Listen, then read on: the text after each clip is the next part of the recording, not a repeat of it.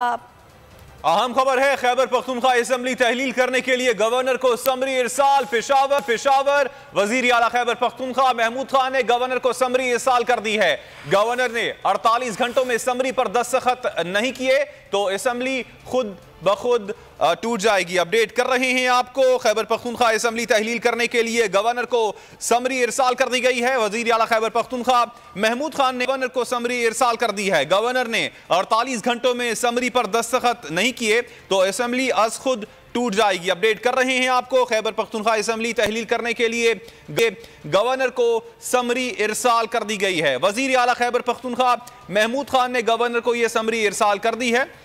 आसिफ शकूर से इस हवाले से मज़ीद तफसीलात मालूम कर लेते हैं। आसिफ, अपडेट कीजिएगा कि अब से कुछ वज़ीर आला खैबर पख्तूनख्वा महमूद खान ने समरी पे दस्तखत कर दी है। खैबर पख्तूनख्वा असम्बली को तहलील जो है वो करने की समरी जो है गवर्नर को भिजवा दी गई है, अरसाल कर दी जाएगी।